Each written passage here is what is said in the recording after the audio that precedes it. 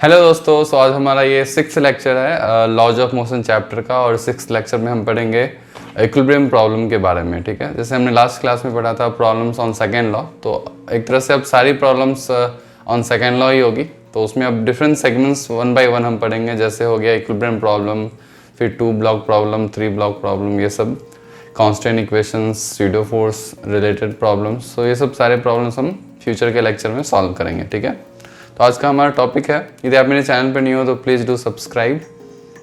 तो चलिए मैं आज का टॉपिक का नाम लिख देता हूँ। आज का हमारा टॉपिक है इक्विलिब्रियम प्रॉब्लम।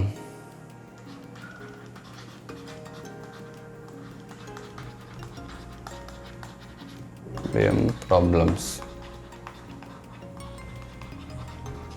ठीक है। तो चलिए सबसे पहले मैं प्रॉब्लम नंबर 1 लेता हूँ। क्वेश्चन 1, आप इसको ट्राई करो। आई थिंक आपको दिख रहा होगा ये क्वेश्चन। ओके, तो हमारे पास क्वेश्चन है कि एक फिगर आपको दिया हुआ है और उस फिगर पे टेंशन की वैल्यू दी हुई है, मतलब एक टेंशन की वैल्यू दी हुई है। एक तरह से 3 स्ट्रिंग्स आपको दिख रहा होगा, कॉर्ड 1, कॉर्ड 2 और एक राइट साइड में कॉर्ड है, वो आपको दिख रहा होगा। तो राइट साइड वाले कॉर्ड की टेंशन दी हुई है 30 न्यूटन और बॉडी की वेट आपको निकालना है, और कॉर्ड बी की टेंशन नहीं दी हुई है। ठीक है, हॉरिजॉन्टल कॉर्ड की टेंशन आपको दी हुई है, तो आपको निकालना है। तो एक तरह से इक्विलिब्रियम प्रॉब्लम को पहले कैसे सॉल्व करते हैं उसको समझ लेते हैं। तो इक्विलिब्रियम प्रॉब्लम का मतलब हुआ कि बॉडी रेस्ट पे है, ठीक है, या फिर बॉडी एक यूनिफॉर्म मोशन स्टेट पे या फिर रेस्ट पे है। तो मतलब बॉडी पे नेट फोर्स जो है वो 0 है। ठीक है, एक्चुअली 2 तरह का इक्विलिब्रियम होता है। यदि मैं इक्विलिब्रियम की बात करूं,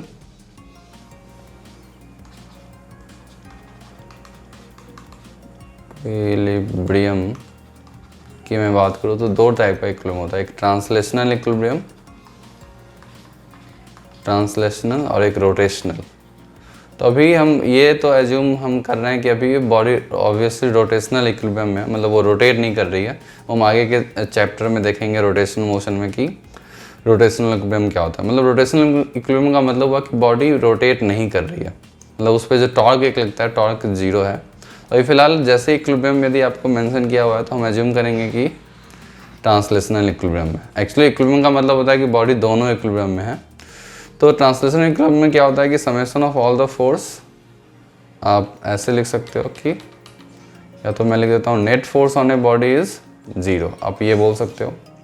ऐसा भी हो सकता है कभी कभी बॉडी हॉरिजॉन्टल इक्विलिब्रियम में, वर्टिकल इक्विलिब्रियम में नहीं हो, मतलब हॉरिजॉन्टल में बॉडी मूव नहीं कर रहा है और वर्टिकल में बॉडी मूव कर रहा है। ऐसा भी हो सकता है वर्टिकल में बॉडी मूव नहीं कर रहा है, हॉरिजॉन्टल में मूव कर रहा है। ऐसा हो सकता है कि दोनों ही डायरेक्शन में बॉडी मूव नहीं कर रही है, जो कि इस क्वेश्चन में है कि बॉडी किसी भी डायरेक्शन में ये मूव नहीं कर रही है, बिल्कुल स्टेशनरी पोजीशन है। तो जब बॉडी दोनों डायरेक्शन मूव नहीं करती है तो हम क्या करते हैं, summation of all the force in X direction 0 कर देते हैं और summation of all the force in Y direction 0 कर देते हैं, और इससे आपको 2 इक्वेशंस मिल जाता है और दोनों इक्वेशंस को यूज़ करके आप क्वेश्चन सॉल्व कर सकते हो। ठीक है, तो ये हम करेंगे इस क्वेश्चन में भी। इस क्वेश्चन में हम हॉरिजॉन्टल सारे फोर्स को इक्वेट कर देंगे। अब हॉरिजॉन्टल फोर्स या तो आप 0 को इक्वेट कर दो, या फिर क्या कर सकते हो कि left force equals to right force, total left force acting on a body equals to total right force acting on a body, या फिर summation of all the force in Y direction 0। इसका मतलब हुआ कि टोटल अपवर्ड डायरेक्शन में जो भी force लग रहा है equals to total downward direction of force. तो ऐसे भी आप डायरेक्टली इक्वेट कर सकते हो। तो हम वही करेंगे, हम इक्वल्स टू 0 के बदले हम left force equals to right force करेंगे।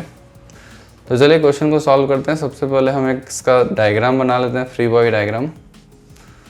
तो इस पर कौन सा फोर्स लग रहा है, एक टेंशन यहाँ 30 न्यूटन दे रखा है और यहाँ पे एक टेंशन हमें नहीं दिया हुआ है, तो इसको एज्यूम कर लेते हैं T, और वेट हमें निकालना है, इसको एज्यूम कर लेते हैं W। ठीक है, तो आपको देख लो आपके पास 2 वेरिएबल है, T और W वेरिएबल है। ऑब्वियसली आपके पास 2 इक्वेशन भी बनेंगी, तो आसानी से ये क्वेश्चन सॉल्व हो सकता है। अब इसके एंगल का भी इंफॉर्मेशन दिया होगा, तो ये हमें 45 डिग्री मेंशन है, ये 45 है, ये 45, किसी को भी एज्यूम कर लो।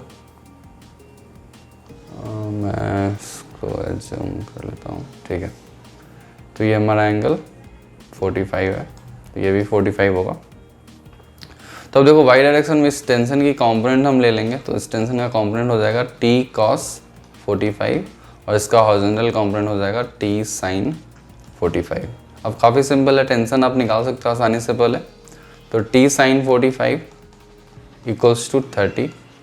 अब ये साइन 45 का वैल्यू कॉस 45 के बराबर होता है। तो देखो इसको आप काफ़ी आसानी से भी सॉल्व कर सकते हो, शॉर्टकट तरीके से सॉल्व कर सकते हो। आप टेंशन की वैल्यू नहीं भी निकालोगे तो भी आपका आंसर आ जाएगा, क्योंकि ये टी साइन 45 30 के बराबर है और टी कॉस 45 ऑब्वियसली डब्लू के बराबर होगा। तो डायरेक्टली हम इसको that equals to T cos 45 and that equals to W. तो डायरेक्टली हम बोल सकते हैं कि डब्लू का आंसर वेट जो होगा बॉडी का 30 न्यूटन होगा। 30 न्यूटन मतलब उसका मतलब मास यदि आप कैलकुलेट करोगे तो 3 kg के अराउंड आएगा। तो 3 kg आपका वेट ऑफ द बॉडी हो जाएगा, 3 kg वेट या फिर 330 न्यूटन। ठीक है, तो ये हमारा क्वेश्चन हो गया। आई थिंक आपको समझ में आ गया होगा कैसे इसको सॉल्व करते हैं। तो चलिए मैं सेकंड क्वेश्चन लेता हूँ, क्वेश्चन नंबर 2।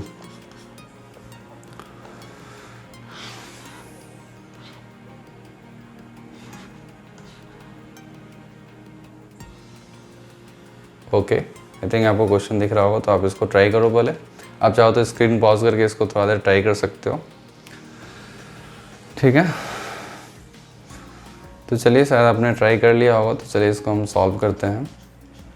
तो क्वेश्चन है इसमें हमें फोर्स दी हुई है 100 Newton is applied on a block of mass 3 kg। तो इसका मास जो है वो 3 kg है और इस पर हमने फोर्स लगाया। कोफिशिएंट ऑफ फ्रिक्शन, इसकी जो कोफिशिएंट ऑफ फ्रिक्शन है वो 0.6 दी हुई है और आपको magnitude of force executed by wall on the block निकालना है। तो ऑब्वियसली ये रेस्ट पे है, ये मूव नहीं कर रहा है। हमें क्वेश्चन में ऐसे ही मतलब हम इंटरप्रेट क्वेश्चन को कर सकते हैं। तो सबसे पहले इसका हम डायग्राम बनाएंगे। इस चैप्टर में आपको सबसे पहले क्या करना होगा, बॉडी का डायग्राम बनाएंगे, फ्री बॉडी डायग्राम, कौन कौन से फोर्स इस पर लग रहा है। तो इसलिए वॉल जो इस पर लगा रहा होगा वो नॉर्मल लगा रहा होगा और यही नॉर्मल आपको कैलकुलेट करना है। Force exerted by wall, okay, force exerted by wall, इसमें कुछ नहीं मेंशन किया है, मतलब वॉल 2 फोर्स लगा रहा है, एक फ्रिक्शन लगा रहा है और एक नॉर्मल लगा रहा है।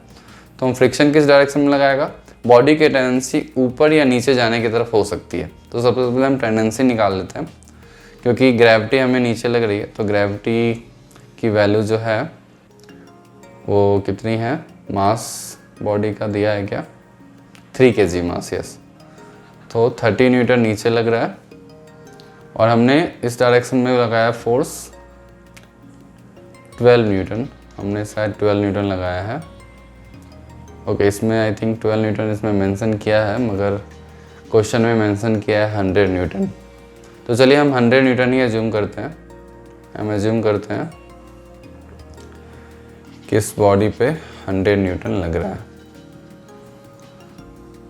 सो ये 100 न्यूटन इस पे फोर्स लग रहा है और हमने एंगल भी हमें दिया हुआ है। तो इसके हॉरिजॉन्टल और इसके बीच एंगल है 30, तो ये एंगल 30 दी हुई है। सबसे पहले क्या करोगे, सबसे पहले इस फोर्स का आप कंपोनेंट कर सकते हो। तो 100 cos 30 हो जाता है 50√3 और 100 sin 30 हो जाएगा 50। ठीक है, अब आप ध्यान से देखो, ऊपर की तरफ जो अप्लाइड फोर्स लग रहा है वो 50 लग रहा है और नीचे की तरफ ग्रेविटी जो लग रहा है 30 लग रहा है।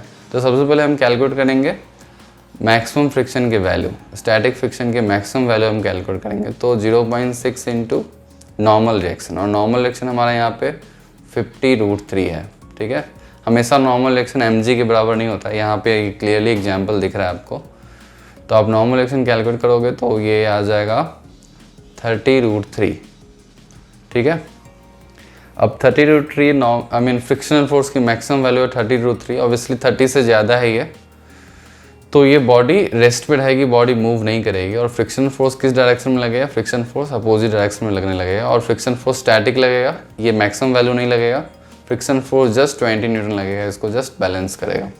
ठीक है, तो अब ये बैलेंस ऊपर 50 लग रहा है और नीचे भी 50 लग रहा है और इस डायरेक्शन में यदि अप्लाइड फोर्स का कंपोनेंट 50√3 है तो इधर हमने नॉर्मल लगा दिया 50√3।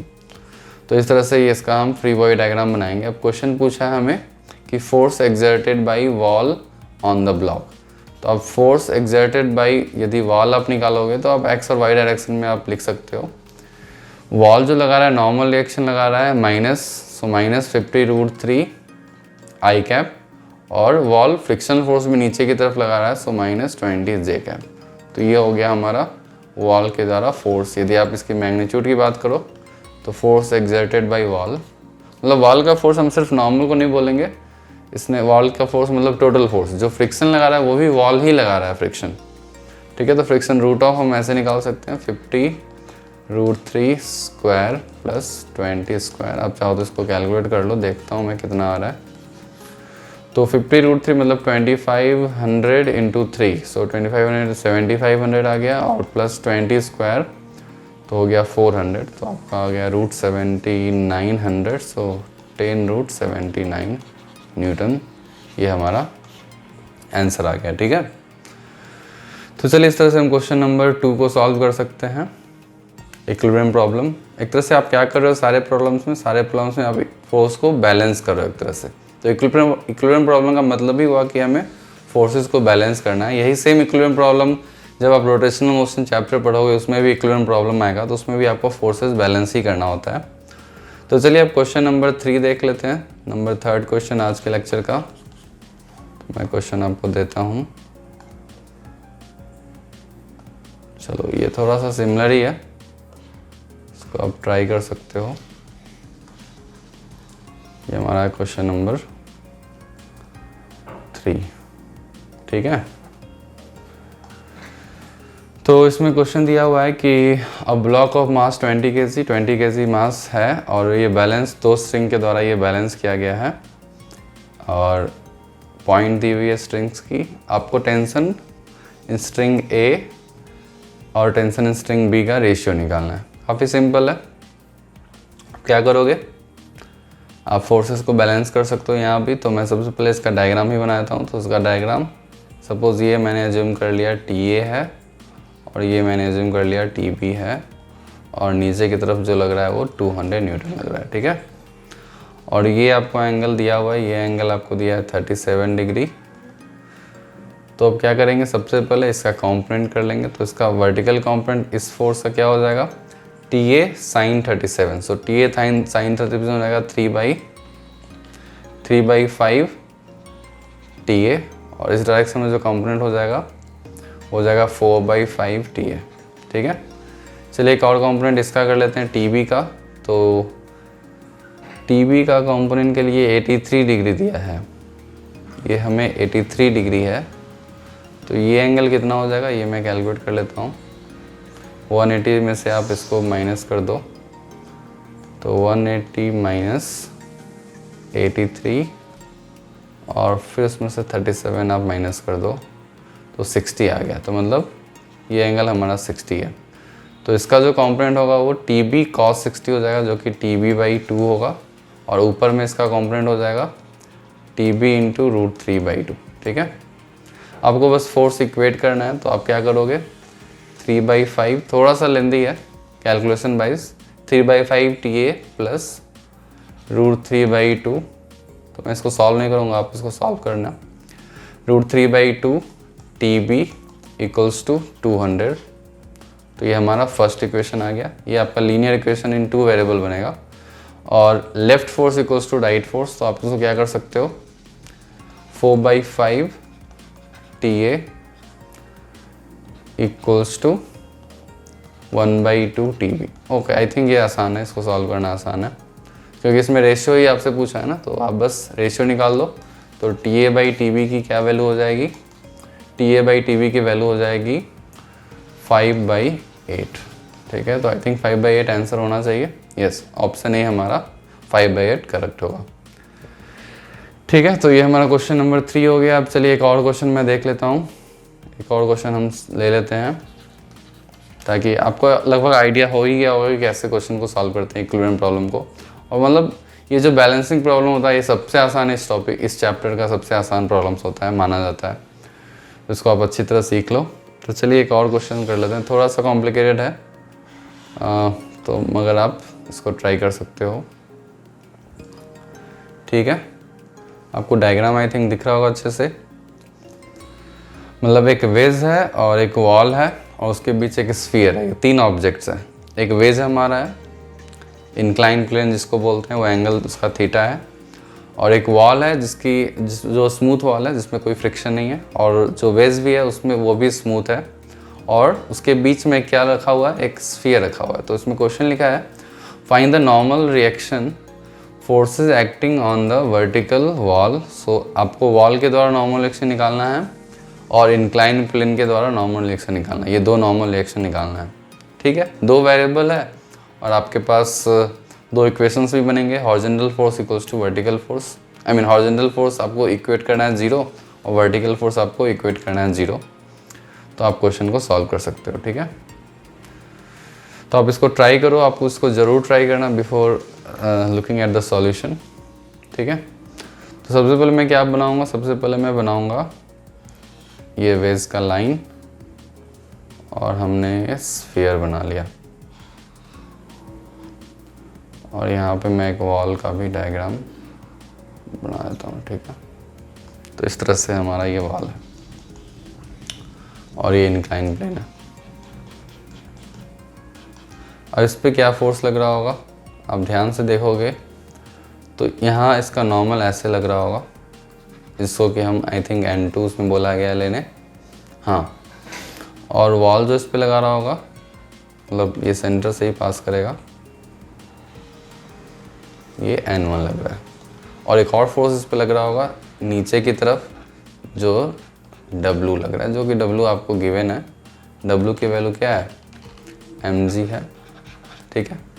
ये 3 फोर्सेस लग रहे हैं और आपको एंगल भी ऑब्वियसली इसमें गिवन होगा।